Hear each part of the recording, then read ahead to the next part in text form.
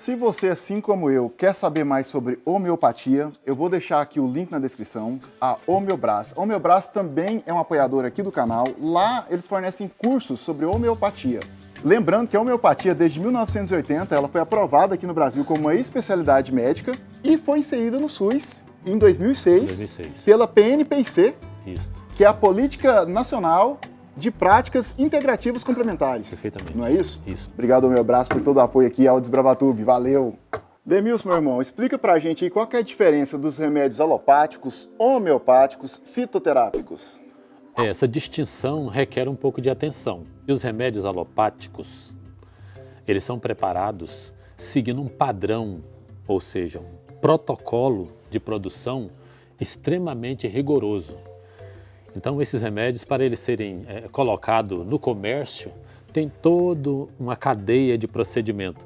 Interessante, nós estamos numa fase em que foi criada uma vacina de maneira acelerada e todos os brasileiros, para não dizer a população mundial, teve a ciência do que constitui um desafio produzir um remédio em um curto espaço de tempo. É verdade. Os remédios alopatas, eles têm que seguir essa sequência de procedimentos e protocolos para depois, então, ser canalizada para o público.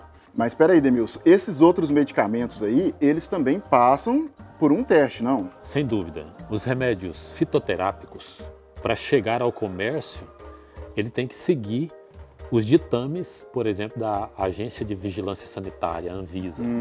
Então, se não preencher aqueles requisitos, ele simplesmente não é aprovado. Inclusive tem um formulário com um nome bem extenso, que é o formulário... Formulário Nacional de Fitoterápicos da Farmacopeia Brasileira. Vixe, mano. Tem uns nomes que eu vou deixar pro Demilson falar. E nesse formulário ali, tem ali uma sequência de ervas ali, medicinais, né, que já foram testadas, já foram comprovadas, que é aceito, inclusive até o SUS já aceita esse tipo de tratamento, né?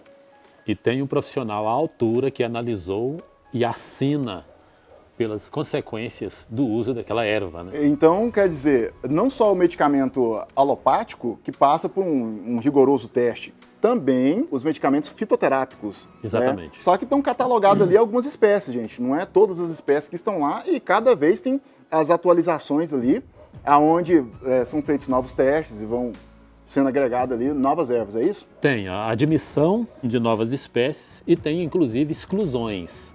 As exclusões eu desconheço, porém, porque são muito bem analisadas antes de incluí-la, né? Existe princípio ativo em algumas ervas que são perigosos.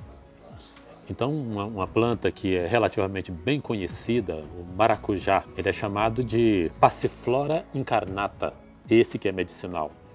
A Passiflora incarnata, ela foi censurada por alguns profissionais porque elas são muito influentes como ansiolíticos. Então, alguém acha que tem que excluir desse formulário porque alguém pode fazer uso exacerbado e causar dano à saúde. Então, quer dizer, ela contém as propriedades que já foram verificadas. Isto. Contudo, para alguém não fazer mau uso, acaba sendo excluído nas próximas atualizações. Porque requer uma prescrição médica, inclusive, às vezes até a intervenção de uma farmácia de manipulação para preparar para depois, então, canalizar para o paciente. Ah, interessante. Mas, Demilson, me fala uma coisa aqui. A medicina, ela não aceita isso assim 100%. Existem muitos médicos aí convencionais que questionam os remédios fitoterápicos. Até onde esse questionamento ele é prudente? É interessante. Se olharmos para os questionamentos, a gente vai encontrar que tem uma razão de ser. Muitos mitos, né, foram empregados ao longo da história do uso das ervas medicinais que fizeram com que muitos profissionais tivessem muitas reservas a respeito da prescrição desse meio de tratamento. Então, alguns preferem usar realmente esses remédios conhecidos como remédios de farmácia exatamente por causa dessa segurança que eles podem ter em prescrever. Agora, por outro lado, é natural que se o paciente olhar para muitas bulas preparadas pelo próprio laboratório, tenha receio de usar o medicamento, porque é tanto efeito colateral, contraindicações, que o paciente fica com medo. O remédio ali, o alopático, ou convencional ali de farmácia, ele é passado por um processo rigoroso, ele é forte, ele é mais forte que o fitoterápico. Só que, por outro lado, ele tem contraindicações. Isso. E efeitos colaterais que não dá para separar do efeito principal que o médico deseja no paciente. E efeitos colaterais. Exato. Então, se for possível, fazer um tratamento mais a longo prazo, mais gradual, mais preventivo, Isto. o fitoterápico, então, ele é o ideal, ou não? Porque o cara vai poder fazer um tratamento com menos efeitos colaterais. Eu diria o seguinte, que é fundamental ali é o preparo daquele profissional. Porque ele vai olhar caso a caso, cada organismo, cada situação, ele vai ver se realmente tem que fazer uma intervenção abrupta, com um princípio ativo bem agressivo. Que é no né? caso dos remédios holopáticos, né? Perfeitamente. E especialmente alguns mais eficientes. Então ele vai fazer uma análise do todo, inclusive ele nem faz isso sozinho, ele recorre a exames, às vezes exames minuciosos, né? Então, para ele chegar a uma conclusão se deve ou não prescrever aquele remédio agressivo. Há casos que tem que recorrer a esse remédio agressivo, porque a abordagem tem que ser de efeito imediato. E quando ele acha conveniente, ele vai de maneira criteriosa, mais calma, e para atingir o objetivo a médio, a longo prazo. Então, ele não tem preocupação com o efeito imediato. Então ele pode recorrer a fórmulas mais amenas. Eu já pensava assim, remédio natural, né? O próprio nome já fala, né? Sei lá na natureza e tal. Mas só que tem um negócio, as plantas elas têm um mecanismo de defesa para se defender de alguns tipos de insetos, para elas sobreviver. Isso. Então o que acontece? Muitas das vezes se o indivíduo fizer uma dose exacerbada ali, ele também pode ter uma contraindicação ali. Sem dúvida, pode gerar uma intoxicação grave, né? Quando tem a prescrição de uma erva por esse formulário que nós já mencionamos, lá está prescrito uma infusão, a quantidade de água que você vai usar e a quantidade proporcional de erva, que parte da erva vai ser usada e a quantidade em gramas. É responsabilidade, galera, não é se chegar e ir usando.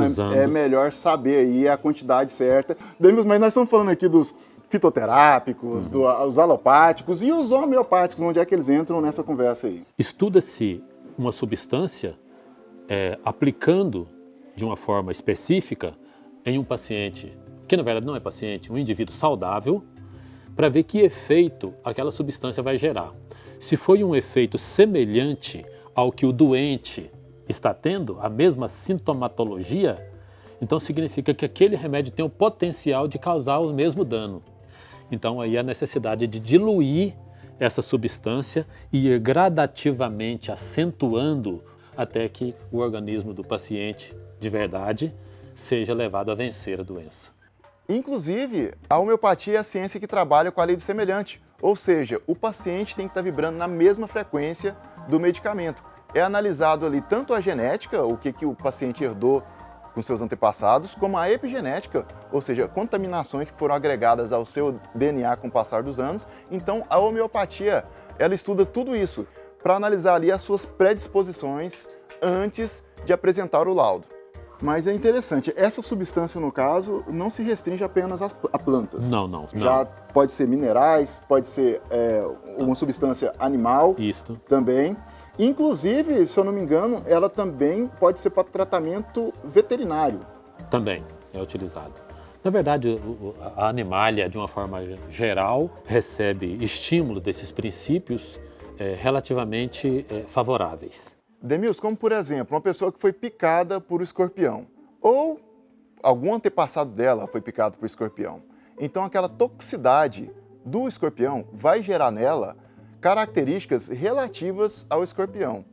Então só assim a pessoa vai poder tomar, por exemplo, o Scorpius baiense, que é a homeopatia feita a partir do veneno do escorpião. Mas eu sei que tem uma guerra também na ciência em relação a isso. Tem, sem dúvida. O que acontece?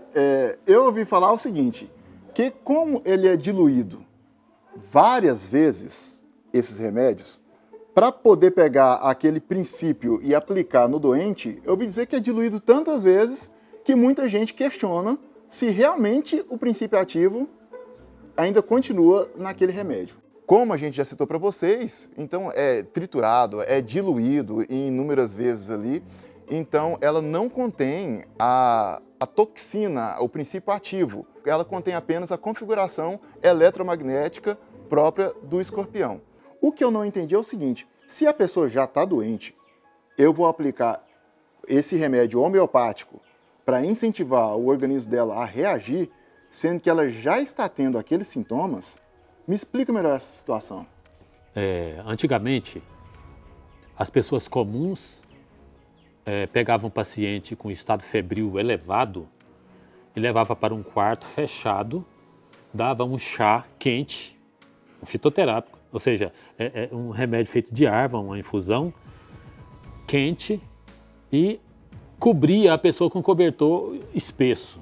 Então, na teoria, está só aumentando ainda mais a temperatura corporal, inclusive, tem algumas ressalvas. Uma pessoa propensa à crise convulsiva tinha convulsão nessa situação, mas uma maioria significativa suava, porque o organismo entendia, eu tenho que baixar essa temperatura, e começava a transpirar. E a pessoa transpirando debaixo daquele cobertor liberava o calor e a febre era eliminada. Deixa eu ver se eu entendi. Nesse exemplo que você citou, a pessoa elevou a temperatura, que já estava alta, e acionou o organismo a reverter o quadro. Entendi. O que a maioria dos campos científicos aceitam são os remédios convencionais, os alopáticos. Ela fala que o efeito dos outros remédios é um efeito placebo. O que é um efeito placebo, Denilson? Interessante. Me permita voltar mais uma vez na situação vacina. Quando testavam as vacinas, eles fizeram questão de testar a vacina recém-elaborada em um grupo de pessoas, suponhamos, 40 pessoas, 20 receberam a vacina, mas 20 recebeu uma substância... Qualquer. Que na verdade não causaria alteração nenhuma. A fim de que o psicológico dessas 20 pessoas que receberam apenas a simulação de medicamento... não viesse interferir na prova da eficácia da vacina verdadeira. Então, se alguém desse grupo de 20 que recebeu o remédio não real apresentasse efeito positivo, seria rotulado como efeito placebo. Foi o psicológico, a satisfação de estar vacinado e um conjunto de fatores. A atenção recebida gerou um efeito positivo e o organismo reagiu positivamente, mas não foi a vacina porque não era vacina, era um mero soro. Enquanto a vacina verdadeira foi aplicada em 20. Agora, aqueles 20 lá, somente dos 20, 19 tiveram efeito positivo. E dos outros 20 aqui, apenas 5 foi motivado psicologicamente para ter efeito positivo. Aí que foi o trem me confunde. Placebo. Então, o efeito placebo, o que acontece? É um efeito real. É real, só que vem do psicológico. Ele acontece, mas não é o medicamento. Não é medicamento. Interessante. Então... Comprimido feito de amido de milho é administrado para quem está do lado do grupo do placebo, enquanto o outro recebe realmente a composição elaborada com todo o princípio ativo pré-estabelecido. Mas eu acho que é muita audácia de qualquer uma das medicinas desfazer totalmente da outra. Tem médicos que são idealistas. Eu quero tratar bem os meus pacientes, eu quero levá-los a êxito, eu quero vê-los saudáveis, eu quero trabalhar por isto. Então, quando ele vê alguém usando algo que ele não tem convicção de que tem a eficácia que ele almeja, ele vai ficar mexido, vai ficar afetado. Não, você vai retardar o processo. Eu vou fazer uma intervenção aqui que é suficiente, tem sido apresentado resultado satisfatório, e você está recorrendo a uma coisa que eu não tenho controle, eu não tenho ideia. Eu percebi que tem muito mito em cima desse recurso. E os mitos acabam atrapalhando, às vezes, um efeito que é real. Isso, e retarda a intervenção medicamentosa. Por exemplo, eu poderia dar um remédio aqui que eu tenho certeza que vai proteger o indivíduo de uma cólica renal.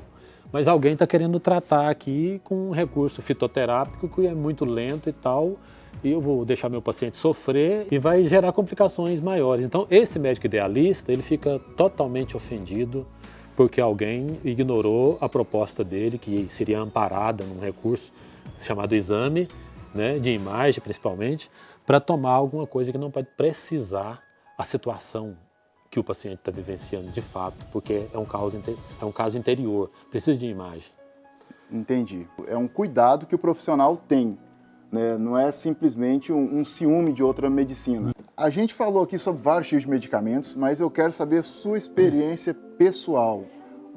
Qual o medicamento fitoterápico ou homeopático que você utilizou, se você utilizou, que você viu que não, esse aí realmente fez efeito?